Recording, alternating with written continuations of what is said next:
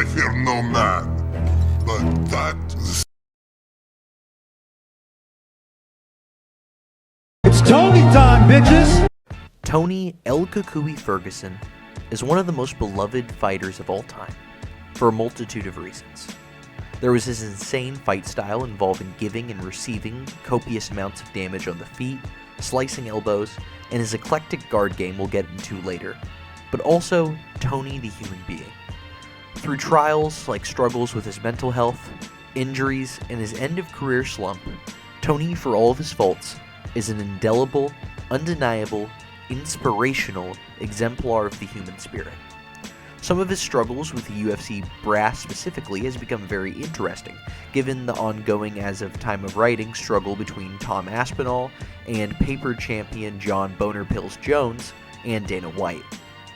Ferguson won an interim title and never got to unify it due to injury, fought his way back to another scheduled title shot which was postponed due to COVID, and instead of waiting for Khabib, chose to fight Justin Gaethje in a bout that began his losing streak.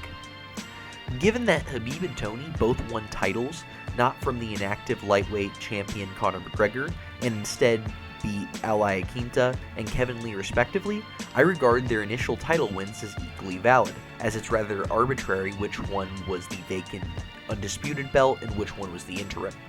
One of the most fascinating things about Tony is his guard and general grappling game, with him serving as one of the most prominent MMA representatives of 10th Planet Jiu-Jitsu, the radioactive grappling subdiscipline founded by Eddie Bravo. A former college wrestler, Tony fused his elite takedowns with a fearless guard game. It's my assertion that his confidence came from his wrestling base, as if kooky 10th Planet techniques like rubber guard or various triangle setups failed, he still had an elite scramble game from wrestling. Today I'd like to examine his grappling game throughout his time in the UFC pre-Justin fight, talk about how he made such a strange style work, and just generally enjoy a man who made the lightweight division what it is today. While there are some interesting moments during the loss streak, it makes me sad, and for no other reason than that, I'm going to break down exchanges from those fights. If you want a longer, more involved Tony analysis, check out The Rise and Fall of the Darce Knight by top mensch Jason Leap of MMAI, which I will link in the description. I will only cover fights with grappling exchanges of substance, as he has multiple fights that are purely striking, and I'm even less of an expert on that than I am in grappling, which is somewhere between a novice and intermediate level if I'm being realistic. I'll also skip some like the T-Bow fight where he basically just all but knocks him out and then slaps on a choke, or the Pettis fight where there's only one guard sequence. Finally, a few fights are randomly blocked by the UFC, so you're going to get a still image instead of footage, so just bear with me please. I'm trying my best. In his UFC debut, Tony fights Ramsey Stripper Najem, a D1 wrestler in his own right, in the finale of the Ultimate Fighter season Lesnar vs. Dos Santos. Tony and Ramsey both have notable moments throughout that season, but this is not a television recap video. For that, check out Napoleon Bonaparte's Tough Retrospective. Tony initiates the grappling almost immediately by ducking under strikes and hitting a knee pick. Knee and ankle picks are a favorite of Tony, who weaponizes his freakishly long frame in a way different in application, but similar in ideology to RDR, as I remarked earlier in the month. Tony very quickly moves from one side control to the other side, considers a Darce as Ramsey twists and bucks, before grabbing a cradle to buy time and think. From here it seems like he wants to step over into full mount, but is blocked, stepping into the half guard of Najem, which Joe Rogan on commentary notes is a weird choice. This is actually a decent decision in an MMA context in my opinion, as unlike a pure submission grappling context where pin top half guard would be stalling if you're not trying to pass, that same position in MMA allows a platform for ground and pound, as unless the man on bottom can get a lockdown, the strong side underhook or work a knee in, they're getting dominated on the mat and eating control time for their opponent. Tony tries to bounce his head off the mat, something GSP loves to do, before Najem builds posture to scramble. Ramsey grabs a single before doubling off and taking Tony down, but El Kukui Granby rolls almost instantly, getting right back up.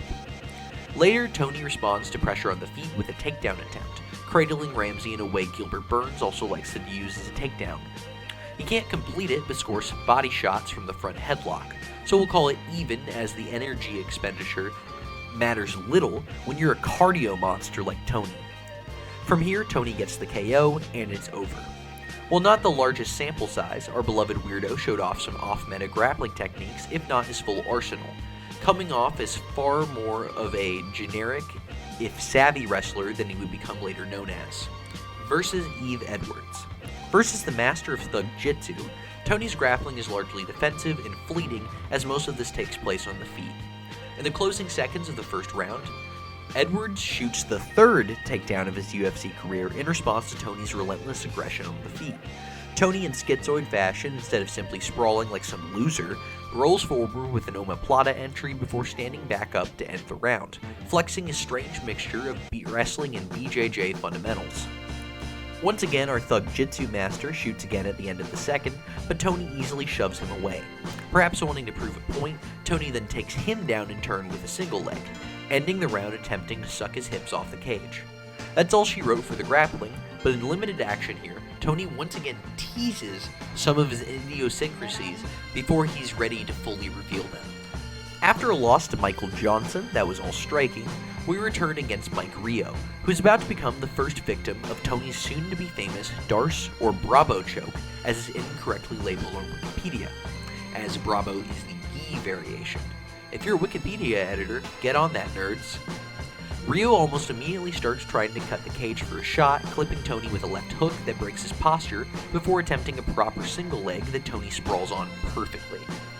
Joe Rogan on commentary foreshadows what is to come by mentioning Tony's Darce, as I will correct myself and say the first UFC victim of his Darce choke. But unfortunately, the perfect setup is interrupted by Rio grabbing double underhooks and wrestling his way back up. The two grip fight and Tony gets the unders to pin Rio off the cage, with Mike possibly thinking about a guillotine during the quick exchange. Rio shoots once more and gets nothing but eating some damage as Tony throws a very interesting grounded knee to his shoulder, which I will note is fully legal. Finally, he rocks Rio, who shoots and ends up in a Darce. To those who don't understand, a Darce or screw choke in Catch-as-Catch-Can terms is similar in concept to an arm triangle or headed arm choke, compressing one artery with your arm and the other with the opponent's own shoulder, crunched into their neck with applied pressure. In order to get either properly, you have to pin that shoulder across their body, and to finish an anaconda or Darce choke, you have to pinch the neck and the shoulders together. Whereas someone like Islam Makhachev or me does the short arm Darce variation without any sort of roll in order to keep top position and engage what's basically half neck crank, half choke, Tony weaponizes his long ass arms, as he's able to get very deep into the choke very quickly, and keep it locked in even if the opponent creates a little space. He initially rolls to a position that almost looks like bottom side control before forcing Rio onto his own side with pressure to get the finish. He even traps the other arm between his legs during the finish, preventing any posture buildup by the NAIA national champion. Very few people trained the Darce extensively at this time, and I imagine many TV viewers had never seen it before, so it's amazing that Tony is this good at the choke already, and would go on to submit elite opponents with it.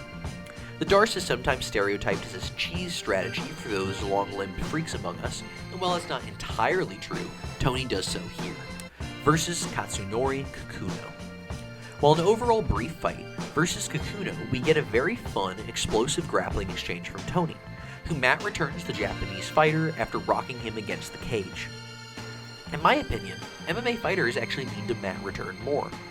It's fairly high percentage, and if it fails, you don't lose anything but a small amount of cardio if you practice the lift enough.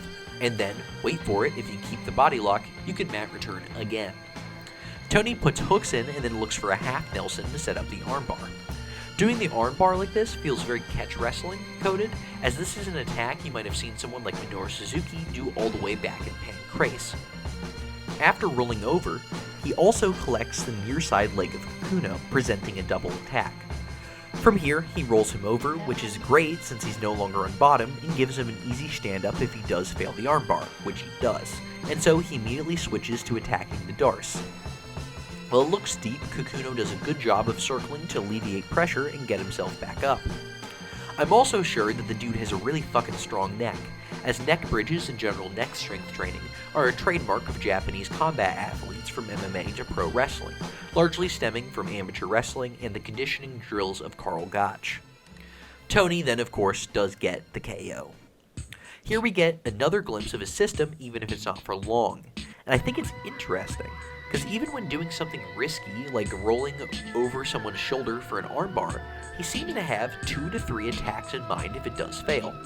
A masterful bit of grappling in a short, albeit mostly striking battle. I have no idea why posting footage of Abel Trujillo versus Tony Ferguson specifically will get your video struck down, so you're going to have to imagine this fight to the best of your ability, or watch it with a video in the background. My deepest apologies. 90 seconds into the first round, Trujillo gets a takedown and then goes straight into a mounted ghillie attempt. But Tony has butterfly hooks in, and is then able, no pun intended, okay maybe it's intended, to get up. A minute later, Trujillo catches a kick and then doubles off, but once again lands in the veteran guard of Tony, who puts him into mission control and tries to control the posture of Trujillo.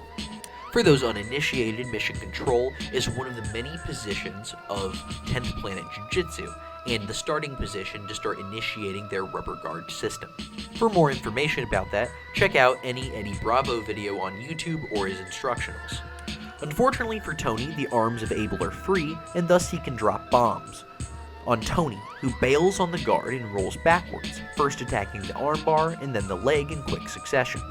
He gets underneath Trujillo's legs and thus stops any ground and pound while doing this, which is very, very intelligent. He's then right back up. A minute into the second, Trujillo is rocked and goes for a shot, which Tony sprawls on perfectly. He goes for a darce, but Trujillo plants correctly and keeps his base, so Tony spins to a back ride.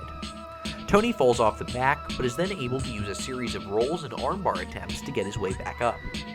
Abel keeps the clinch standing, but then gets spun to the ground, and Tony does another back ride until Trujillo is able to get perpendicular and stand back up. Trujillo chooses to stay grappling, and it proves to be his undoing. In a sequence we've already seen, it's shot, sprawl, darce attempt, back take, back ride, and this time a successful rear naked choke. We see here is Tony dominating a rather conventional wrestler, showing that against a pure wrestler, he has a vast array of countermeasures, and clearly has a fleshed out decision tree from each position. Uncle Bravo is undoubtedly proud. Versus Josh Thompson. Tony's grappling starts as purely defensive. As about 3 minutes 45 seconds left in the round, Thompson tries an ankle pick, and Tony flings himself backwards into a roll, perfectly timing his way back to standing. This happens again in a matter of seconds as Josh ducks under Tony's frames to try to take him down, and Tony once again theatrically rolls back to standing. Towards the last minute of the first round, a flying knee attempt from Tony lands him in full guard, and even as Thompson tries to land ground and pound, Tony puts his long legs up as a simultaneous threat and defensive measure, with his right leg in a pseudo knee shield position and left hooked around the neck to threaten the armbar. Thompson tries to turn clockwise to alleviate pressure, or simply disengage and possibly enter side control, but Tony moves to an inverted triangle at the drop of a hat. Very intelligently, Tony doesn't try to finish it, and frames with his arms, pushing Thompson back to face him. A motto from my jiu-jitsu instructor, Coach Kenny, and probably many more, is the adage, face the danger, which means to always face your opponent while trying to defend from guard, as to pass your guard, they're almost always going to move laterally before advancing. Seen often in throw-by passes like the Toreando, stacks like the Tozy stack or Fujiwara cradle, and many more. Tony is a genius at re-guarding and facing the danger, as he uses his long legs to bend and poke, using his pointy-ass knees to great effect as well when putting in knee shields or simply pushing bone into the soft parts of his foes. Thompson stacks him in a smart move, and Tony rolls backwards, perhaps momentarily threatening an armbar, but mostly trying to roll to a wrestling base. Thompson tries to cradle him, but once again the savvy Ferguson re-guards. Tony's guard is not super hard to pass, but stopping him from re-guarding is a nightmare. Tony keeps his feet on the hips and throws elbows until the round ends. A minute into round 2, Tony scores a knockdown and hops onto the back of Thompson. Something that Ferguson is also a prodigy at is throwing strikes from different grappling positions, and it's in this fight, in my opinion, that he goes from good to an all-time great at this skill. Ground and pound is a skill set covered by no martial art, aside from combat sambo, I guess, and is one of the areas most rife for innovation in mixed martial arts, with the most dependable models codified by Fyodor and GSP, with an honorable mention to Chael Sonnen, who would all alternate between the can opener and punching. Tony has a decidedly avant-garde approach, but highly effective nonetheless, often throwing punches and elbows while simultaneously threatening submissions. This is particularly effective in something like an armbar, where you're trying to isolate an arm, and if you hit them enough, they'll separate their hands and instinctively try to block the incoming strikes. Oddly enough, I think the most recent example of this I saw was Mackenzie Dern in her most recent fight. Tony does exactly this as he transitions from back control to that Suzuki-esque ride, which is almost like a crucifix against the turtle rather than side control. If there's a name for this that I'm ignorant of, please let me know. Thompson slips out just barely before a cage grab by Tony stands him up, which in all likelihood saved Josh from being finished. Later, a very silly moment happens as Thompson is rocked and turns his back. Tony tries to basically drag him down from behind and instead pulls guard. Things turn from rough to truly disgusting as Tony rains elbows on his wounded foe, before attempting a triangle that gives me an excuse to harp on a personal annoyance of mine in MMA: triangle mechanics.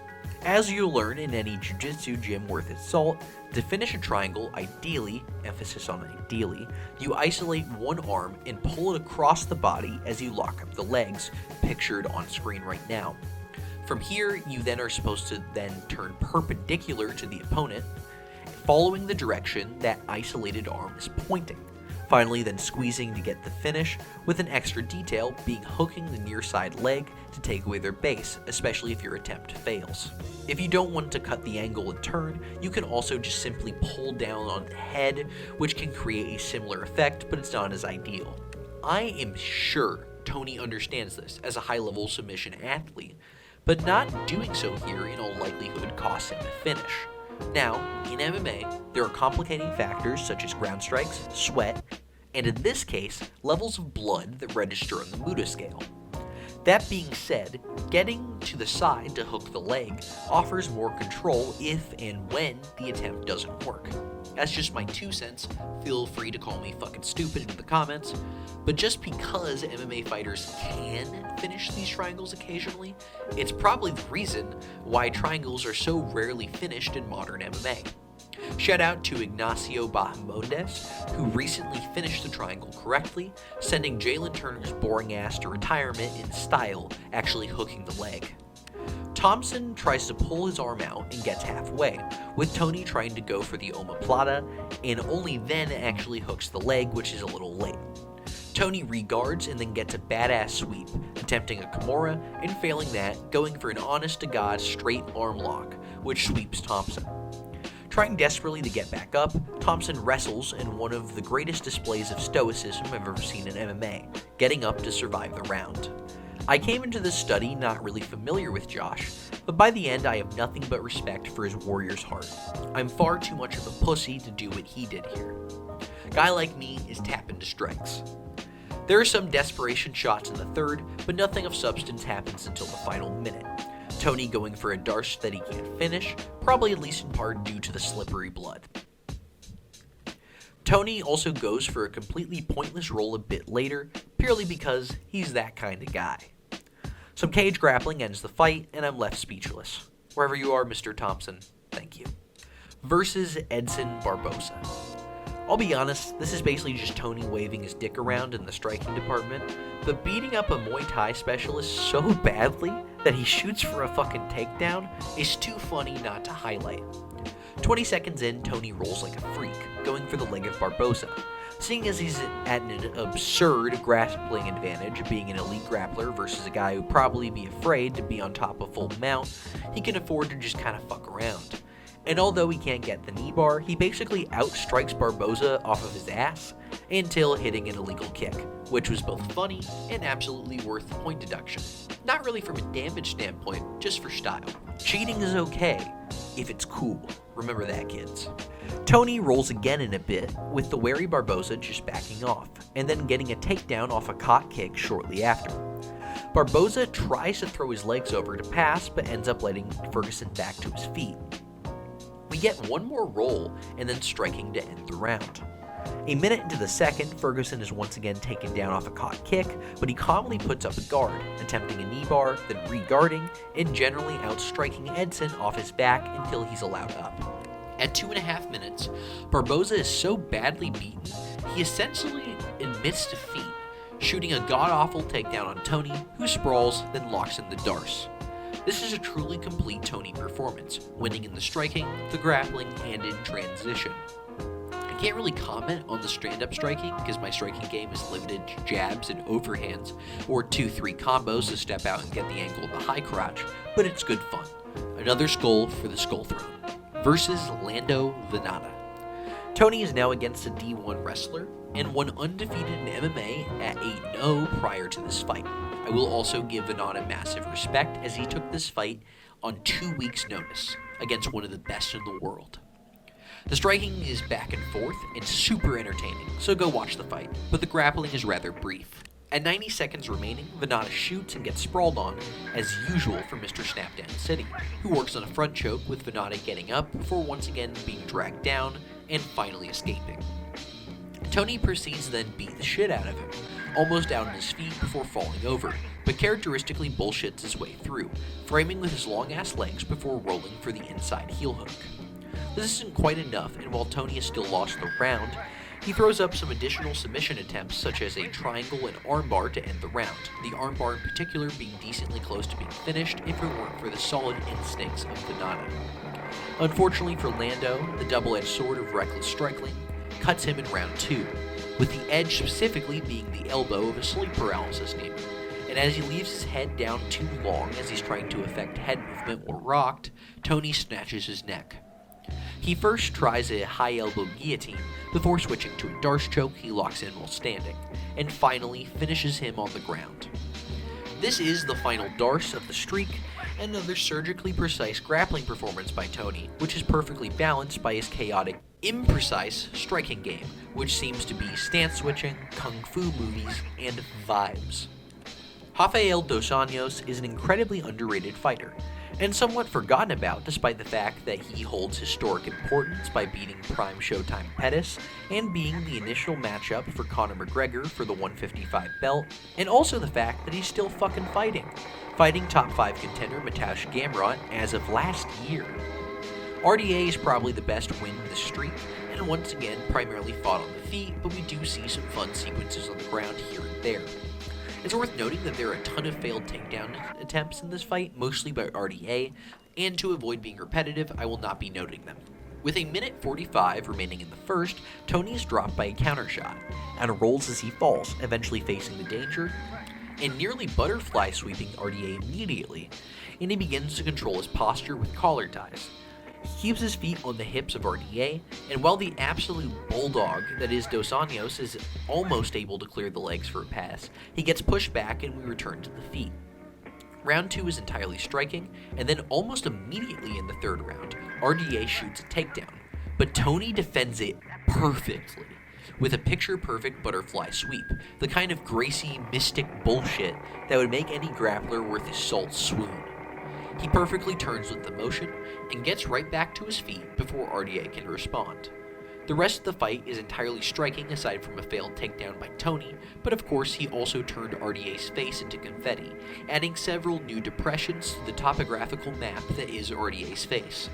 While the grappling was far and few between, El Kukui basically presented the best use case for the butterfly sweep, which really beat the often brute force takedown attempts of the former champion. RDA is incredibly strong and determined on his takedowns, but that's exactly the kind of setup someone who wants to hit some Steven Seagal Aikido shit needs in order to make the butterfly guard as cartoonishly effective as possible. While the mind of Tony is as unknowable as the true name of Yahweh, I assume this is something he specifically prepared for RDA, as while he does play butterfly guard often, it's not always his first choice. Tony, having beaten the former champ and top contender RDA, challenges for the interim world title in the absence of champ Cocaine McGregor, who had not yet been stripped during his boxing excursion. In doing so, he faces one of the most successful gulp shitto fighters of all time, Kevin Lee, who interestingly was a college teammate of Tony's at Grand Valley State University in Michigan. The two have a back and forth brawl that should be familiar with you at this point, until 2 minutes 20 in the first when Lee attempts an explosive body lock takedown. Tony actually nearly reverses this through sheer force of will, but Kevin is just barely able to regain top position into Tony's guard. He finds himself immediately in Tony's mission control, but begins to slip out and move to the side, all while Tony hangs onto the arm in an omoplata attempt. Lee is able to eventually wrench his arm free after some solid knees to his body, but surrenders full guard back to Tony, undoing his progress. He lands some decent ground and pound until Tony initiates a scramble as he decides he no longer wants to be on bottom, throwing up an armbar before willingly putting himself in a deep north-south position, perhaps thinking about an inverted triangle. Unfortunately for him, Kevin is able to rotate back to side control before taking him out, and almost finishes the fight with strikes.